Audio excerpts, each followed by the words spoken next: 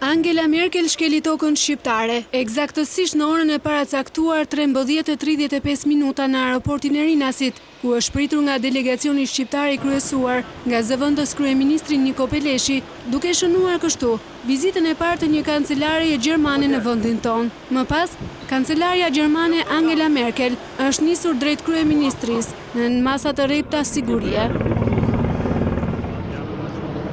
Si shembull për pikëmërie, Angela Merkel ka zbritur nga makina në orën 14:15 minuta pranë selisë qeveritare, ku ka shtrënguar duart me kryeministrin Edi Rama.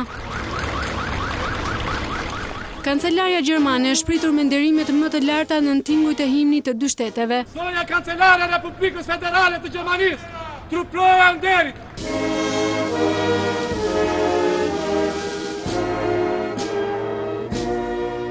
Përballë selisë qeveritare, qindra qytetar kanë pritur me kërshërim bërritjen e kancelares gjermane, e cila i ka përshëndetur me dorë.